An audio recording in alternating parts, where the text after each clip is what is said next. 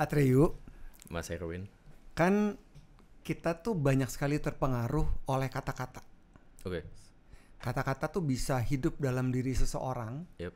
atau lewat begitu saja. Ya, ya. Dalam karir kamu yang sudah kamu bangun, Oke. dari kamu kuliah, saya tahu ada satu momen di mana kamu capture satu kata-kata dari dosen kamu.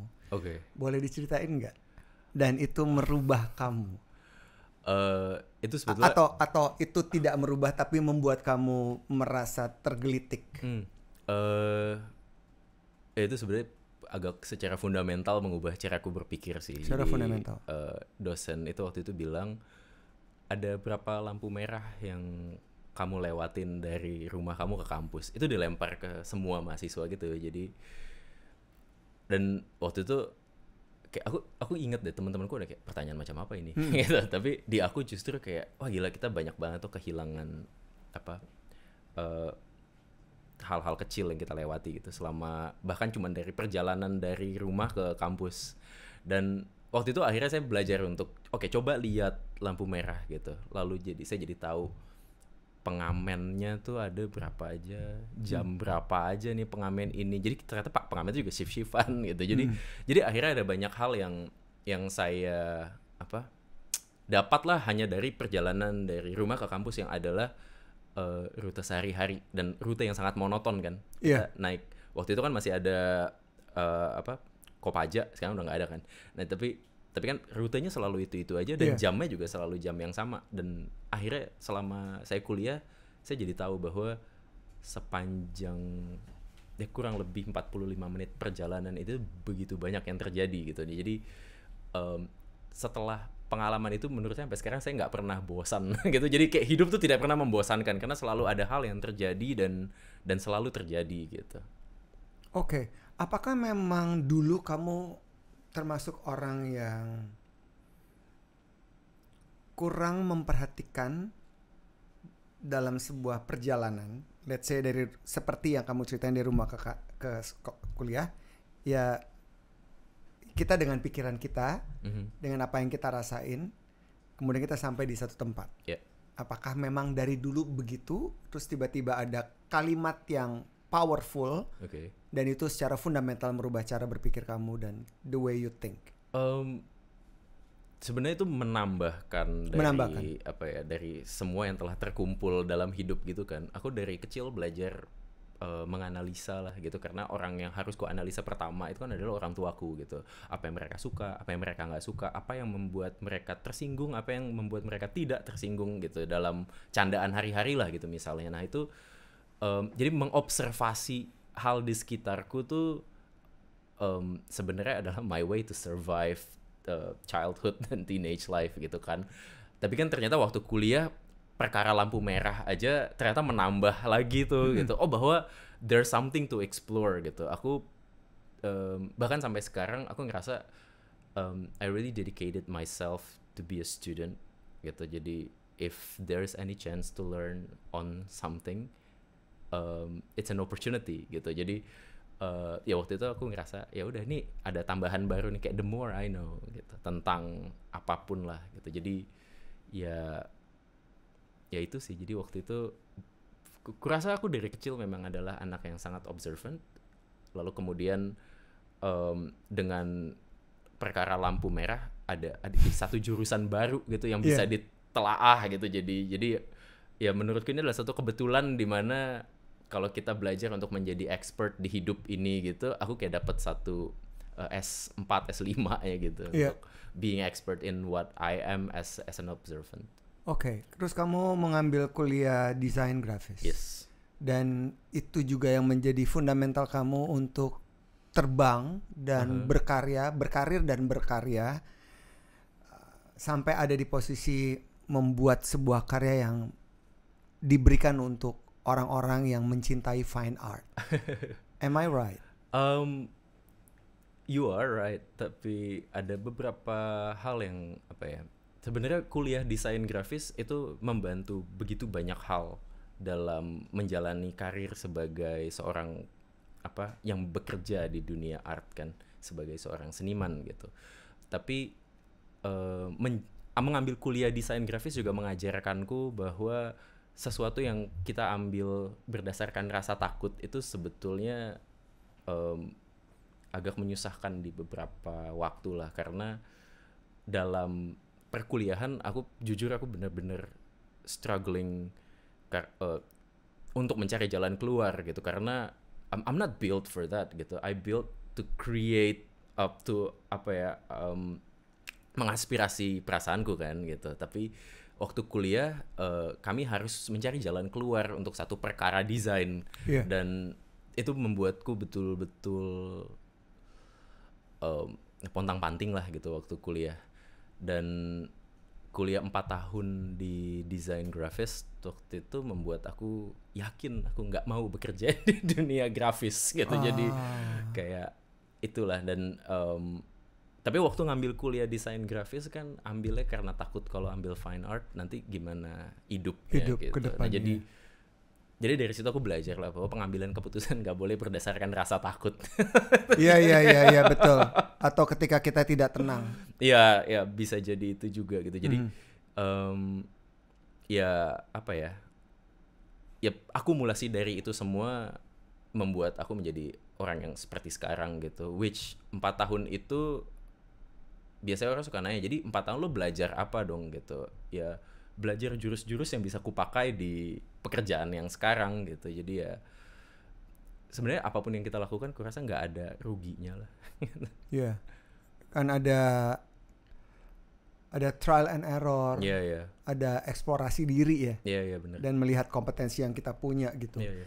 Tapi sampai akhirnya menentukan bahwa this is not my cup of tea, this is not my going to be my life journey next. Terus sampai akhirnya berpikir untuk melakukan hal-hal yang saya ngeliat kamu kerja tuh kayak bener-bener asik banget, mencintai proses dan sangat detail dari karya-karya kamu ya. Iya. Kalau itu sebetulnya udah dari bahkan mungkin waktu sebelum kuliah gitu. Aku punya a very bad habit to stacking my thoughts. Stacking your thought. Ya jadi ya udah gitu ditumpuk aja gitu semuanya, dan biasanya itu akan berakhir menjadi sebuah kayak sebuah guci pecah yang rapiinnya tuh susah, dan kalau rapihin kita pasti berdarah-darah karena itu tajam edges-nya kan gitu. Jadi I learned to write waktu itu. Jadi sebenarnya apa sih gitu, tapi menulis itu kan sangat membosankan buatku. Alright. Jadi karena aku belajar untuk mengeluarkan apa yang ada di kepala itu kan bukan dari seniman visual. Aku belajarnya dari singer songwriter. Jadi what I knew adalah writing gitu. Tapi maksudnya singer songwriting you learn from them? Yeah, I learn from Jewel. Oke. Gitu. Jadi bahkan satu pedoman hidup yang kupegang sampai sekarang itu juga adalah quote dia gitu. Jadi boleh share. The things you fear are undefeatable, not by their nature but by your approach. Jadi ya. Oke. Jadi itu, apapun pokoknya aku berpegangnya tuh sama itu gitu, bahwa jadi ya it's everything is by your approach gitu. Nah, and there must be a way, right? It must be a way, karena balik lagi menurutku kita sebagai manusia gitu, PR-nya tuh adalah bagaimana we can be a whole human being that function for us, function for people surrounds us, dan living life without regret gitu. Dan yang aku pelajari dari regret itu selalu adalah keputusan-keputusan diambil saat kita takut. Iya. Okay, that's the only regrets that I have with my life moving backward gitu. Kalau dan I don't want it to happen in my life moving forward. Jadi ya itu sih gitu. Nah, lalu akhirnya aku belajar karena tadi singer songwriting dan ternyata menulis adalah pekerjaan yang tiring for me gitu. Aku bikin komik. Jadi bikin komik. Ya, jadi komik umur berapa itu? 8, 9, 10. Wow. Ya, jadi lalu ya tentunya anak umur segitu komik-komiknya adalah tentang keluhan-keluhan terhadap orang tua. Bagaimana nggak boleh main ke time zone, nggak boleh berenang di Pondok Indah Mall sama temen-temen gitu. Lalu ya satu ketika aku juga belajar tentang bagaimana put quotes in it gitu, karena lama-lama rasanya aneh juga ya kalau ada yang baca nanti gimana gitu kan. Terus ada aku juga dulu sering berkomunikasi sama ada satu kakak sepupu yang anaknya MTV banget lah gitu. Terus ya aku bilang ke dia kalau aku suka Jewel gitu. Terus dia bilang, oh she's very poetic gitu. What is poetic gitu kan. Terus ya udah akhirnya kita belajar tuh tentang tentang bagaimana membuat metafor lah apa gitu. Terus aku mikir waktu itu, kalau ini bisa dicapai oleh orang yang menulis, apakah ini bisa dicapai oleh orang yang menggambar? Gitu. Jadi ya udah aku coba. Jadi waktu itu papaku punya hal yang sering banget diomongin ke aku, bahwa anak pertama adalah mataharinya keluarga gitu. Nah, jadi maka dari itu kamu harus menjadi terang dan bla bla bla bla bla bla gitu. Jadi oke, let me draw myself as a sun. Terus coba rumah itu apa. Jadi sebenarnya aku udah belajar semiotika tanpa belajar teori semiotika dari masih SD gitu. And that makes me a very weird kid waktu itu. Weird apa? Weird anak umur 10 dengerin Jewel. Yeah, very heavy stuff. Ya, heavy stuff. Aku juga aku seneng baca kayak buku-buku dongeng, tapi juga yang kayak beneran yang Hans Christian Andersen ya gitu. Jadi tapi balik lagi, I think that's my parents doctrine. Mereka very edgy, nama anaknya Atreyu. Jadi Iya. Baru mau nanya, ini nama asli nih. Artinya apa? Jadi namaku tuh Atreyu Artax Moniaga nama keluarga Manado. Atreyu itu adalah tokoh utama dalam novelnya Michael Ende yang akhirnya jadi film judulnya Neverending Story. Dulu, iya. Tahu. Nah, nama tengahku Artax tuh nama kudanya Atreyu. Jadi I think I'm one of the very small amount of person yang dikasih nama nama kuda gitu kayak. Oke. Terus abis itu? Ya udah, jadi waktu aku SMP aku ketemu satu teman namanya Naomi, orangnya juga anehnya minta ampun. Kami temenan sampai sekarang. She's very weird. Jadi ya udah one weirdo with another weirdo. Nyambung lah udah gitu, makanya. They have their own realm. Ya udah, jadi ya kami connected lah sampai sekarang gitu. Tadi pagi aja aku masih teleponan sama dia. Dan sampai akhirnya kemudian menemukan jarum di dalam jerami, bahwa okay, this is my path. Saya akan mulai dari sini. Tadi kan poetic, enggak, weird. Terus design grafis, enggak. Terus gimana, how you transform atau find this initiative? I never actually living who I am behind along the way terlalu lama menurut aku, karena waktu desain grafis itu adalah saat dimana aku meninggalkan diriku gitu. Aku yang sebenarnya menurutku adalah anak yang senang gambar, dan tanpa berpikir untuk menjadikan ini sebuah karir atau aku mau jadi seniman atau aku mau jadi apa gitu. Yang aku inginkan waktu itu cuman aku pengen jadi orang yang bisa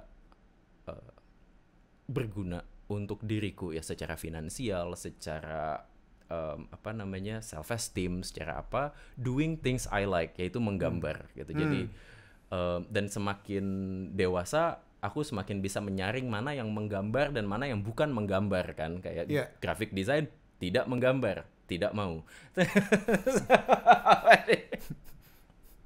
Terus misalnya jadi storyboard artist gitu, itu kan juga menggambar, tapi kan you draw other people's idea. Dan aku punya satu mungkin kelemahan ya, so we have to embrace our weaknesses gitu. Jadi adalah aku sulit untuk bisa menggambarkan sesuatu yang apa ya, happiness. Jadi sementara kalau ini adalah sebuah storyboard, it most probably be a commercial project untuk TV commercial. Jadi things should be like sugar and happiness dan apa gitu. Dan aku dulu kesulitan lah untuk bisa di brief to do it gitu. Dan aku membuat orang-orang di sekitarku jadi stres kan. Yang hire aku jadi stres, aku jadi stres. Dan aku berpikir, oke, dengan begini aku nggak berguna untuk siapapun, nggak untuk diriku, nggak untuk mereka. So this is not for me. Jadi ya udah dicari pelan-pelan mana yang apa ya? Do you like the most? What suit me the most, dan di mana aku beneran bisa berakar dan bertumbuh dan bercabang gitu. Jadi berakar, bertumbuh dan bercabang, keren banget. Beneran keren. Jadi karena menurut aku kita sering banget apa ya, melupakan siapa kita yang sebenarnya demi sesuatu yang apa yang kita pikir tuh berguna buat kita gitu. Nah, jadi karena orang apa ya, banyak terjebak di antara keinginan dan kebutuhan gitu, dimana menurut aku definisi tentang keinginan itu biasanya selalu ditaruh sebagai sesuatu yang egosentrik gitu, padahal mungkin bukan gitu. Kita kan adalah manusia yang tumbuh dengan norma yang membuat kita jadi pribadi yang bertanggung jawab kan gitu. Jadi apa yang kita inginkan juga seharusnya adalah sesuatu yang juga bertanggung jawab gitu. Jadi coba follow yang itu dulu, karena nggak tahu ini bener atau enggak, it's just my sotoy observation gitu. Orang yang follow the lead of others mostly being cranky most of the time. Jadi and not authentic. Authenticity is something that maybe I'm not the expert to say lah gitu. Tapi yeah, most of people I know who follow like other people's opinion or mass mob opinion biasanya cuma jadi cranky, dan menurutku he's not being good to himself, and they're not being good to themselves, and they're not being not even pleasant to others gitu. Jadi ya aku menghindari menjadi orang yang seperti itulah. Kayak gitu, because I have the tendency to do that gitu kan. Jadi ya menurutku kita sebagai manusia gitu punya PR lah untuk bisa menavigasi hidup kita agar kita nggak merugikan siapapun, terutama diri sendiri gitu, dan mengendalikannya. Iya, menurut aku itu juga PR kita sebagai manusia untuk take control of our habit gitu. Evan selalu bilang bahwa orang tuh tidak berubah, orang tuh nggak not capable of changing, but you can navigate your action gitu. Jadi bener, kayak misalnya kamu adalah orang yang iri hati, ya mungkin kamu memang adalah orang yang iri hati, but you have to govern yourself not to take wrong action by that feelings gitu kan. Jadi ya itu sih yang menurut aku PR kita semua. Iya, waktu kamu menggambar-gambar itu, apakah gambar-gambar waktu dulu itu yang kamu mulai gambar-gambar itu sama replikanya dengan sekarang dengan bigger scale? Enggak. Soalnya lagi-lagi itu kan karena kebiasaan stacking thoughts gitu. I draw my thoughts gitu. Jadi sebenarnya lukisanku most probably all of them adalah diary. Ada sebuah cerita selalu. Jadi saya ngeliat itu. Jadi apa? There are a lot of things that I couldn't say it out loud because I know I'm talking from my point of view. Jadi itu nggak bisa diomongin karena ya secara moral nggak baik aja. But when you put it into works, artwork lah gitu, into paintings, into apa, itu kan adalah sebuah proses untuk not bottling up your feelings. Nah, melepaskannya, menumpahkannya tanpa menjadi penyesalan. Karena it's a piece of art. It's a piece of art gitu. Karena kalau misalnya I put those thoughts misalnya di status di Instagram atau apa gitu, aku akan menjadi orang yang kayak nyebelin aja, orang nggak akan mau temenan sama aku gitu. Tapi itu juga kan adalah sebuah perasaan yang temporary kan. Jadi it's not who I am. It's that's me reacting to this particular event. Yes. Gitu. In a specific time. In a specific time. Nah, tapi why my paintings resonate with some collectors or some people, menurutku karena maybe around that time in their life they also feel the same urge to scream the same way gitu ya. Jadi ya itulah gitu, kenapa lukisanku kelihatan seperti itu dan kenapa you see a lot of details, right? Banget. Yeah. That's why you are here. That's the only way to shut my mind down for a while gitu. Karena aku punya tendensi untuk apa ya? Kayak sebenarnya bukan overthinking, but I hear voices. That it only shut down when I do two things: paintings, sketching, atau gambar lah gitu, atau baca buku. Jadi cuma dua hal itu yang bisa shut you down. Iya, shut me down gitu. Bisa beneran langsung I'm in silence gitu. Nah, jadi ya I do those things. Sekarang aku juga gambar, aku juga sering baca gitu, tapi karena I think I'm blessed that I do to help myself become my career. Jadi dan ya even though it's not I still gitu, tapi ya thank God it's a career. Jadi ya melihat karya kamu kan nggak mungkin ada yang replicated kan, pasti you make one piece and that's it, and you keep doing that new things. Tapi saya juga ngelihat selain yang detail, saya juga ngelihat kayak ada sisi yang menyeramkan, tapi juga beauty at the same time. And you are so good gitu, merge that. Thank you. That two things yang bener-bener it has to be totally different. It's like contradictive. Okay. Have you ever feel like lonely in the crowds, even though it's the crowd is your people? Ya, itu kan once in a while, yes. Iya kan? Once in a while, even with our loved ones, sometimes we feel detached even for like 5 minutes, let's say, gitu. Kayak what's going on gitu. Nah, itu adalah perasaan yang menurutku tuh jarang di acknowledge orang gitu. Betul. Orang jarang membicarakan hal itu.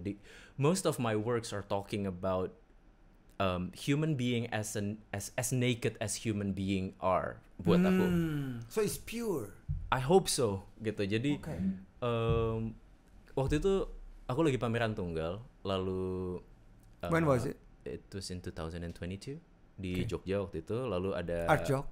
Bukan. Pameran tunggal. Ya. Lalu ada Hamish Daud. Jadi dia lagi ngeliatin lama gitu, terus gue pikir, ini adalah kesempatan yang baik untuk hi, I'm the artist gitu.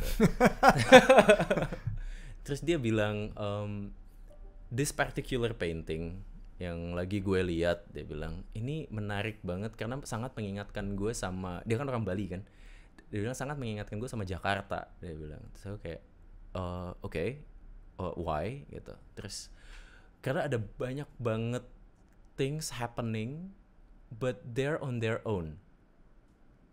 Jadi nggak ada yang berinteraksi satu sama lain dan apa gitu, dan semuanya kelihatan exhausted atau apa.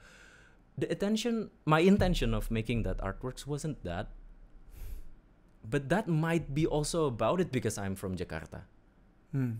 Jadi itu si lampu merah yang that is the voice. Atau itu si lampu merah yang selama ini nggak kelihatan gitu. Ada berapa lampu merah menuju kampus dan ada berapa lampu merah menuju satu artwork gitu. Jadi that makes me look back to my studio and looking at my archives gitu bahwa oh ya ada banyak banget yang kayak gini itu apakah karena aku orang dewasa apakah karena aku orang Jakarta gitu.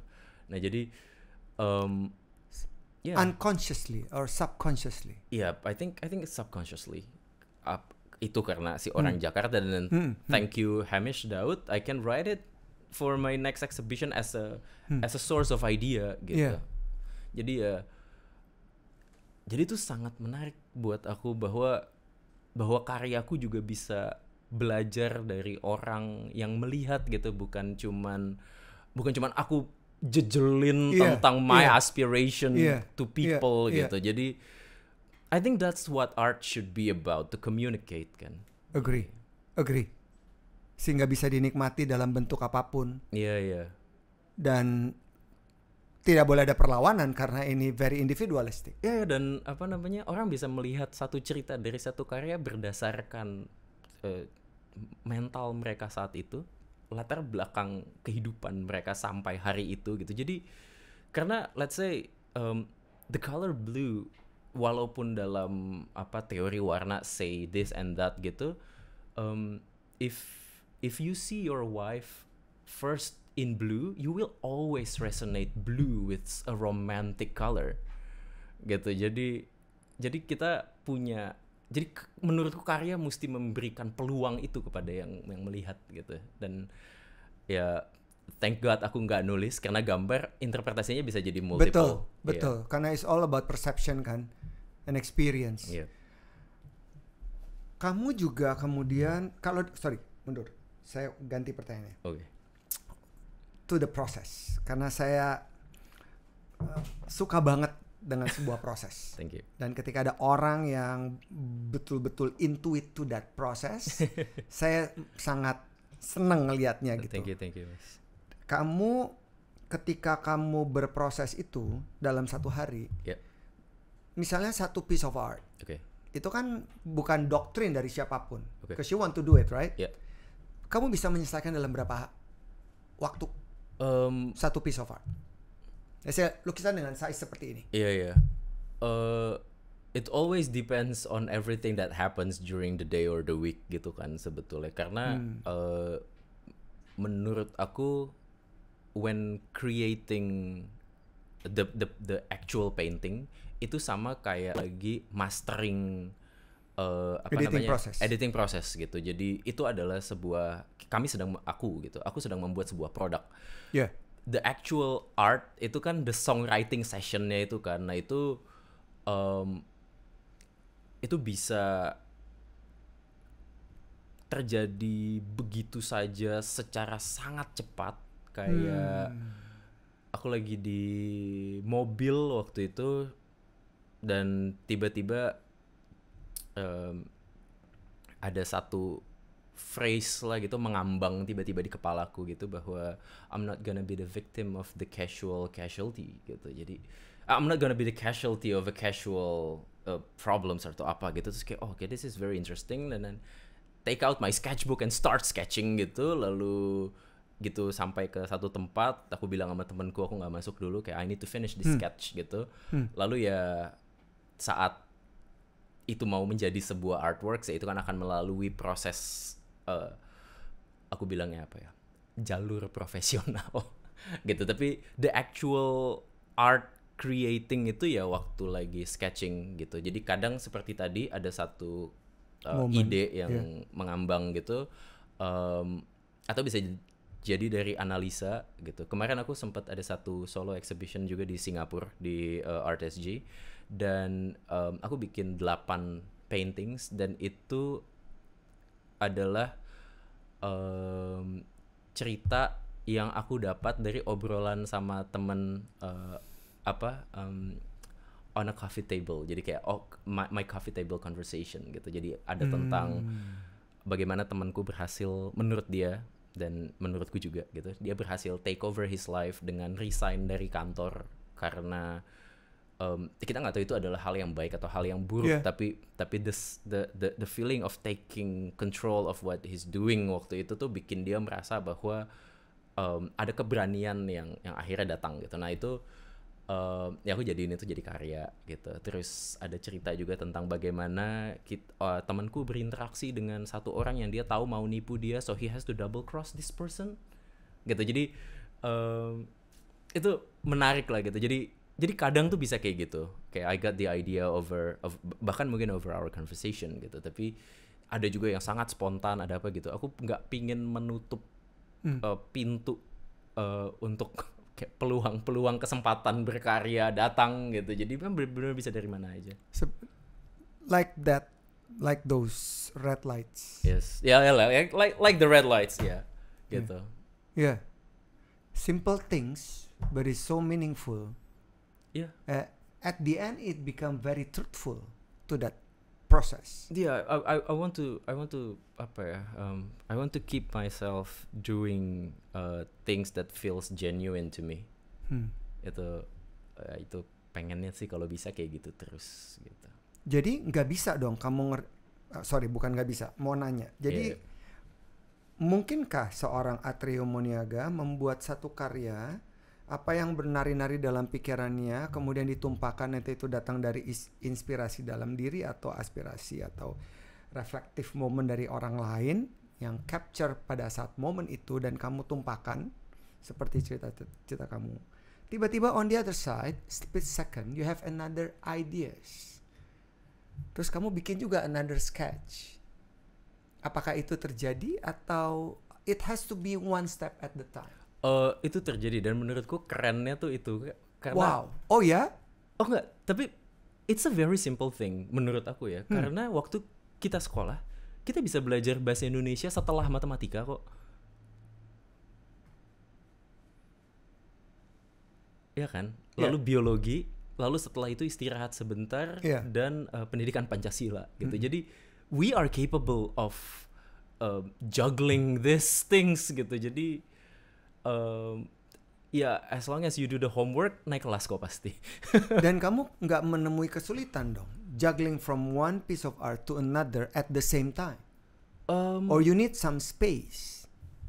I think everybody needs some space lah itu, but the space could be just sit and relax and playing with the dogs untuk ada void dikit gitu, lalu back to work gitu, karena that's how we function as an adult. I guess. Yeah. So always keep up with many things happen in our life. Atreyu kan 18 tahun sudah berkarir dan remarkable. Thank you. Dilihat orang dan very unique piece of art gitu ya, fine art. Dan sampai pameran-pameran di luar negeri termasuk di dalam negeri, dan juga kamu juga mempunyai inkubator ya untuk kamu juga lecturing kan ya? Masih sampai sekarang? Masih. Kami di Atreyu Muniaga Project baru aja ngerampungin pameran ke-12 kami. Pameran ke-12. Jadi baru selesai. Jadi I'm very happy lah. Ini yang kali ini juga begitu memuaskan lah. Oke. Terus masih doing that activities, tapi juga sharing dan juga nurturing new talent. Dari mana mulainya? Jadi waktu itu aku jadi dosen di satu universitas di Jakarta Utara, dan waktu itu aku juga sedang menjajaki karir sebagai pengkarya kan.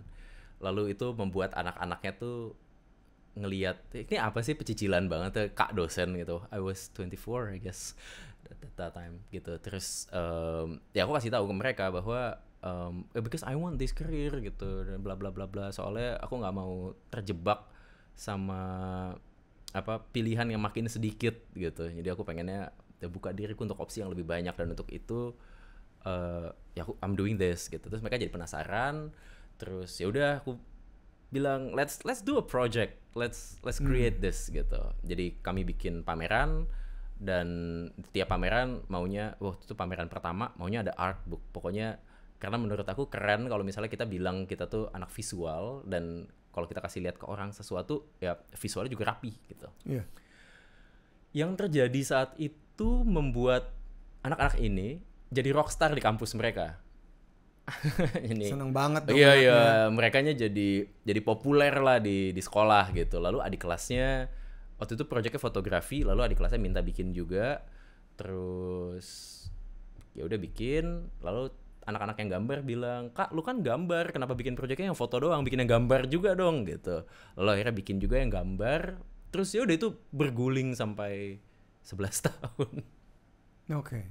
Iya.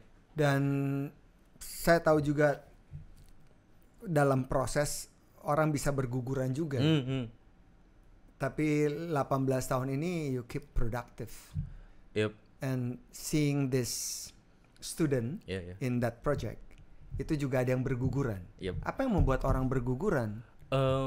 Biasanya adalah visi dan misi yang berbeda gitu. Karena let's say kalau yang ikut-ikutan aja ya udahlah ya, itu udah pasti tersingkirkan gitu. Tapi ada yang sebenarnya justru malah menemukan jati diri mereka gitu ikutan proyekku. Misalnya di tengah jalan mereka kayak, oh I'm not into painting or illustrating or drawing actually gitu. Gue lebih suka styling. Jadi what I like about drawing is the idea of gue bisa ngegambar misalnya kalau ruangan ini bagusnya dipakein horden warna apa gitu. Dan kemarin aku sempat ketemu dia lagi di satu eventnya Sebastian Gunawan, dan that's what he's doing now. Wow. Jadi ya yang berguguran di projectku doesn't mean that they are lesser than those who are walk through it gitu. Ya mungkin karena emang ada perbedaan visi dan misi aja gitu. Dan akhirnya dia ketemu yang sangat menarik itu kan adalah dia menemukan dirinya di situ kan. Jadi I don't know, but I wanna take credit for it. Jadi kayak mungkin gara-gara project gue nih lo jadi tahu lo sukanya apa gitu. Lalu ada juga yang walk through it sampai lulus gitu. Lalu sekarang not doing art at all.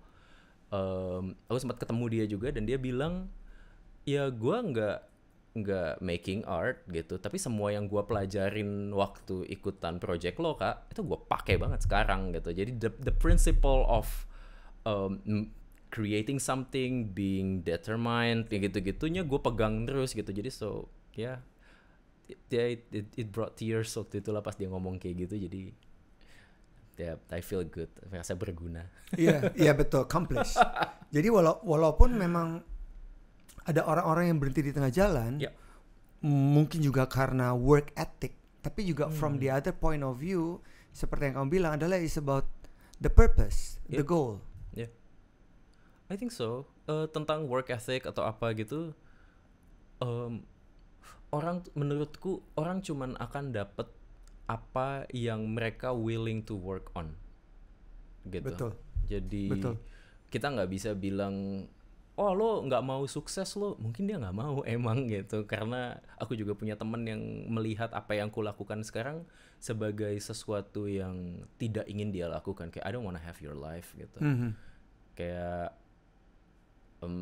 misalnya di tahun 2022, 2023 gitu, aku bolak-balik banget kan ke luar negeri, balik lagi buat urusan ini urusan itu gitu. Dan temanku bilang that's a scary job for me gitu. Jadi ya udah gitu, memang tiap-tiap orang tuh punya punya things that they like and they don't, yang menurutku itu makanya kita mesti bisa navigasi diri kita biar kita nggak ngerjain apa yang kita nggak mau based on insecurities gitu.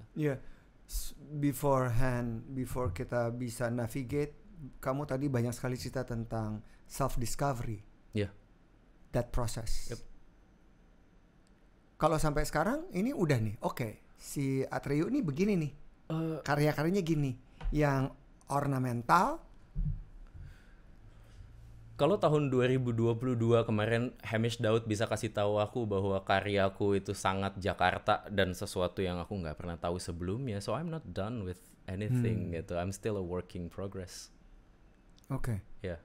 Jadi I'm very excited to see what can I become.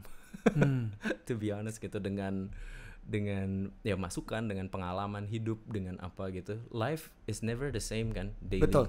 Jadi even the slightest gitu. Jadi menurut aku we might met each other in 10 years. We will be still the same person as a core gitu, but our experience will decorate our differently kan. Iya. Gitu. Agree. kalau orang misalnya mau ngebayangin ada sebuah piece of art yang seperti ini, terus mereka menghubungi kamu dan meminta kamu untuk membuat seperti yang ada dalam pikiran mereka. How do you see these things from that perspective?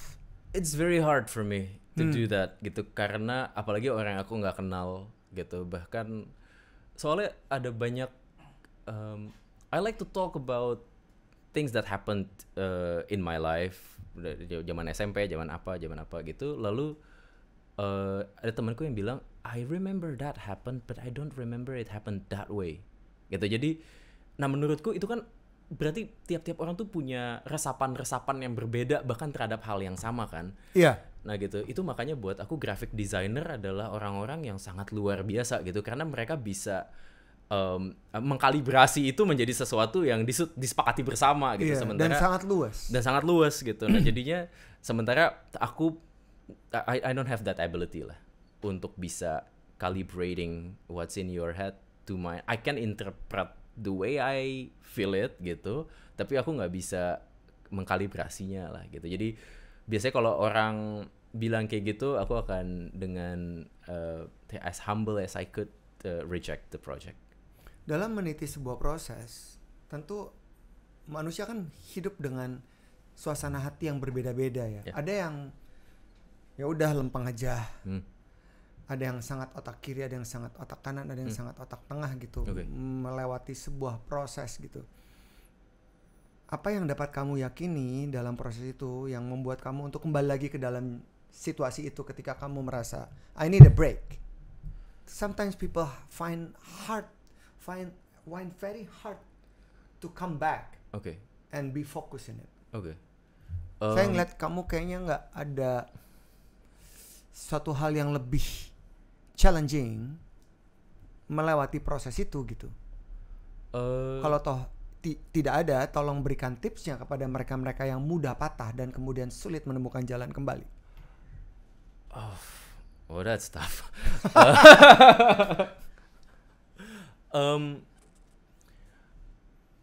Aku tuh selalu merasa jadi it's a feel, bukan ideas gitu ya, bahwa we need to be very genuine to ourselves so we become a genuine version of ourselves, so we attract people who are genuine in this like if you are a rabbit, don't try to be a wolf gitu.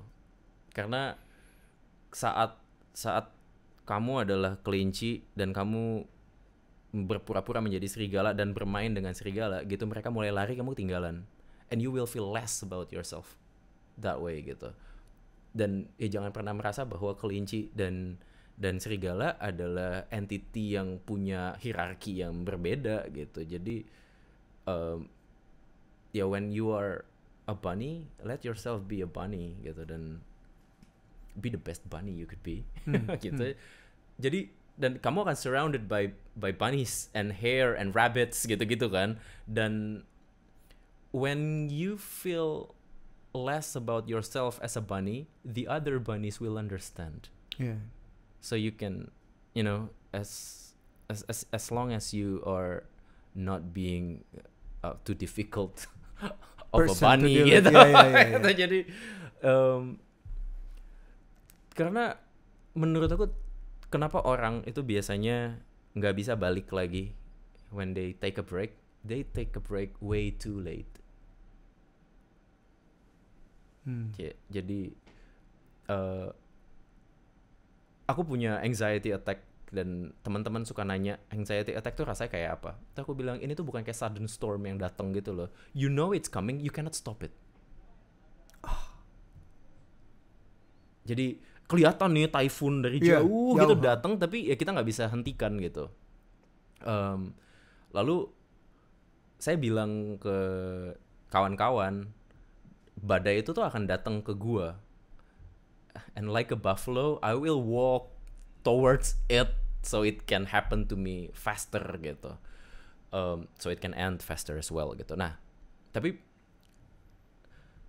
ya when it happens, orang-orang di sekitarku udah tahu bahwa he's in the storm gitu. Dan aku punya cukup apa ya, empathy lah untuk nggak being a jerk gitu yang langsung jadi marah-marah nggak karuan gitu. Aku cuman yang kayak kalau gue hari ini judes, sorry ya gitu. Ya when it's over, there should be the first people to know that it's over. Thank you so much for being patient with me today gitu. Tapi biasanya tuh banyak orang yang they don't acknowledge the storm, and then they got stuck in the typhoon for too long. Waktu mereka keluar dari situ, yang mereka inget tuh cuman typhoonnya. Mereka nggak inget apa yang terjadi sebelum itu, gitu. Nah itu yang biasanya bikin orang tuh nggak mau balik lagi atau traumanya tuh jadi. Aku mungkin bukan orang yang tepat untuk ngomongin tentang bagaimana we have to handle with trauma gitu, but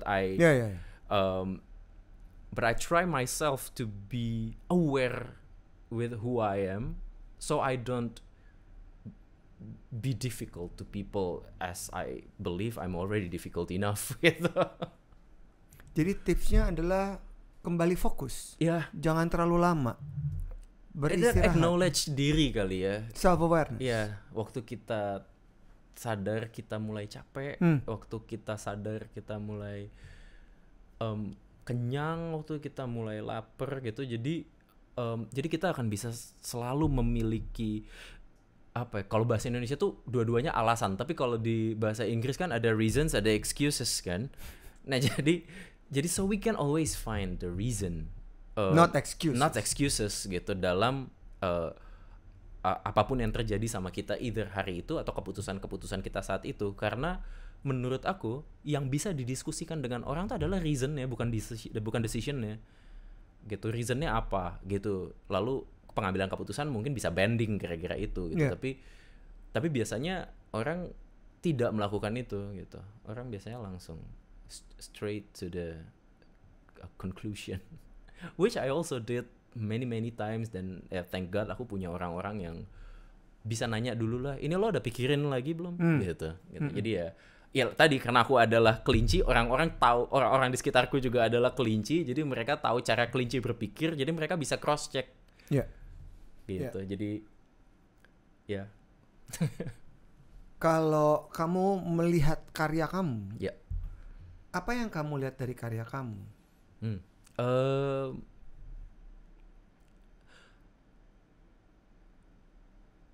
Yang aku lihat. No one ever asked me this. Now I'm asking you because I'm really curious about it. What I see is a journey of someone who experienced life the way he is gitu kali ya. Jadi bagaimana aku melihat kehidupan ini dari kacamataku, terlepas itu adalah sesuatu yang benar atau enggak. Banyak juga lukisanku yang aku ketawa pas lihat lagi karena this is me being a jerk. Kayak gila waktu itu gue mindsetnya I think I'm victimized myself and kill the people gitu. Jadi karena banyak banget juga sketsa itu yang misalnya lagi ada emotional roller coaster karena abis experiencing bad thing gitu, itu kan udah gelap mata kan, kita nggak mau tahu, pokoknya gue yang bener gitu. Langsung bikin sketsa, langsung gitu, ditumpahkan. Iya, jadi aku punya sketsa yang kacau balau lah, itu bener-bener nggak ada, udah nggak mikirin apa-apa, cuman gambarnya pokoknya dikeluarin dulu semuanya gitu. Nah itu lalu mau kayak gimana pun di sugar coating agar menjadi visual yang menarik pas menjadi sebuah karya, urat utamanya kan tetap sama kan. Jadi pas lihat di pameran gitu kayak lalu because I put in quotes, my crazy friends have this salah satunya Evan punya hobi cracking the code. Jadi kalau lagi pameran suka, ini tuh tentang sini kan ya, ini tuh lagi gini, ini lagi gini, ini lagi gini kan. Playing with their assumption. No, 80% of the time they were correct. Oh benar, oke. Okay. They were, they know me. Because they know me. They know me so well. Gitu. Jadi, nah jadi itu challenge lagi buat aku untuk bikin kode yang lebih rumit. Oh gitu. Ya, tapi itu obsesi buat lucu-lucuan aja. Tapi ya, but I did. Jadi begitu kamu melihat karya itu gitu ya kan pasti berubah terus ya. Ya. Kalau score gitu, satisfaction level? I always satisfied with the work that I feel genuine to. Jadi, that is the parameter. Iya. Jadi apa namanya? Kalau aku lihat karyanya terus I can feel it gitu, seperti kita lihat foto-foto zaman di album gitu pas pergi ke Taman Safari gitu. Nah, ya rasanya accomplished. Jadi kita kan nggak pernah lihat foto-foto waktu liburan ke Taman Safari dan scoring them kan. Yeah. Gitu. Just the feeling. Ya, itu nggak pernah. Oh, foto ini lebih bagus dari yang ini, nggak pernah. But when you see those pictures, you can even smell it. Waktu itu baunya kayak apa di Taman Safari gitu ya. Jadi that's what I like about my paintings. For me ya, jadi ini relasiku, my relationship with my works gitu itu. Jadi waktu lihat lagi kayak semua memori itu bisa balik gitu. Apakah ada spesifik pesan subliminal yang ingin kamu sampaikan dalam karya-karya kamu? Apa ya? Secara eksplisit sih mungkin enggak ya, karena waktu aku bikin itu biasa either it's what I feel towards something atau my observation about human being. Aku paling suka bikin karya kalau bukan tentang diriku, yang aku paling suka itu adalah karya-karya tentang politik pertemanan. Politik pertemanan. Yep, that's I think that is like never ending story. It's amazing bahwa baik itu di sekolah. So we're not talking about office the politics. Movie. No, the never ending story movie, sorry. No, tapi baik itu di sekolah dan di kantor, bahkan mungkin sekarang kalau in our job ya kita more or less ada di entertainment industry, right? It's always high school, no? It's always the popular one, the wannabes. Jadi kurang lebih begitu. Mentalitas kita tuh nggak pernah pindah dari SMA dengan power yang berbeda. With power, with fame, with apa ya bilangnya, being left behind, polished ability of manipulate people, gitu-gitu kan. Nah, jadi karyaku tuh banyak tentang itu gitu. Ya, by observing people like I told you gitu. Jadi ya mungkin pesan subliminalnya adalah human are very interesting. Human being is very interesting. Gitu, kayak nggak habis-habis aja diselami gitu. Dan enaknya menjadi seniman adalah kita nggak perlu proving bahwa our theory was right. Jadi ya mungkin itu adalah peran seniman dalam, orang kan selalu bilang seniman adalah penanda zaman gitu. Ya mungkin ya itu, aku tumbuh di era dimana transisi dari dunia nyata ke dunia digital. Aku menghabiskan masa SD sampai SMA tanpa apapun digital. Bahkan kuliah gitu. Aku lulus tahun 2010-2011 dan itu masih warnet kan. Jadi sebenarnya kita belum terpapar. Warnet. Kita belum terpapar dengan itu digital. Dengan digital. Lalu gitu aku lulus, everything is digital. Everything I learned dari sekolah itu nggak ada yang pakai. Jadi aku beneran kayak paus yang tadinya dari daratan terus terjun ke laut dan sekarang harus bisa berenang gitu. Nah, jadi dan di mana dulu orang begitu private tentang hidup mereka dan sekarang kayak bener-bener kayak gitu kan. Nah, jadi it's very interesting dan karyaku banyak tentang itu gitu. Jadi ya mungkin itu adalah yang dibilang seniman adalah penanda zaman gitu. Karena banyak juga karya-karya teman-teman juga ngomonginnya tuh selalu tentang this weird world of social media and being transparent, sampai kata itu kemudian menjadi jelek gitu. Karena waktu let's say tahun 90-an kata transparan itu adalah tentang kejujuran. Sekarang tuh transparan tuh jadinya kayak banal gitu kan. Jadi bahkan bahkan pemahaman orang tentang sebuah kata aja tuh bergeser begitu jauh. Gitu. Nah, jadi betul and misleading. Nah iya kan gitu ya, jadi misleading. Jadi ya mungkin subliminal message-nya adalah itu, saat orang lihat karyaku di tahun 2022, 2023, mereka mungkin jadi bisa sedikit banyak dapat tambahan pengetahuan lah tentang bagaimana seorang Atreyu Muniaga melihat dunia saat itu gitu. Dunia dalam artian itu ya, politik pertemanan. Iya, dan itu yang paling atraktif menurut kamu. Iya. Melihat itu. Iya, sehingga akhirnya lahirlah sebuah visual art yang kami lihat yang sangat kontras dari ornamen atau elemen-elemen yang ada di dalam hasil karya kamu. Iya. Pertanyaan terakhir. Yep. Kalau me time, tadi kamu udah menyebutkan sih baca buku ya. Iya. Apalagi ada nggak yang paling efektif untuk me time to take a rest for a while and come back again and jump to your path? The escaping retreat moment. I never get tired of sketching, so so it's always sketching. Either sketching atau aku suka collecting quotes. Jadi apa namanya? Dan sebenarnya spesifik, I really like the mentality of singer-songwriter when they write. Like Jewel. Gitu, like Jewel, Bob Dylan, Neil Young, terus lama ya. Orang-orang lama. Orang-orang baru jarang yang poetik soalnya. Dan semuanya mesti pakai gitar. Iya benar. Gitu, jadi dan aku suka exercising kayak apa ya? I like exercising sketches. Jadi misalnya ada quote yang menarik, sketch saya bisa kayak gimana sih? Itu satu. Atau let's see how many design I could get from, let's say, a cup gitu. Jadi yang kayak gitu-gitu sih. Jadi atau ya baca buku atau baca komik gitu. Aku nggak gitu seneng nonton film. Aku nggak gitu seneng hangout gitu. Jadi sketching atau baca buku.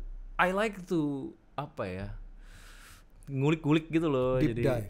Ya, deep dive on something gitu. On specific situation. Oke, betul. Misalnya kayak sekarang aku lagi kecanduan banget sama deep diving into why everyone who was in a boy group or girl group having a very hard time to go solo. Jadi itu apa ya gitu yang bikin, soalnya kan tentunya pasti ada faktor artistiknya, pasti ada faktor bisnisnya.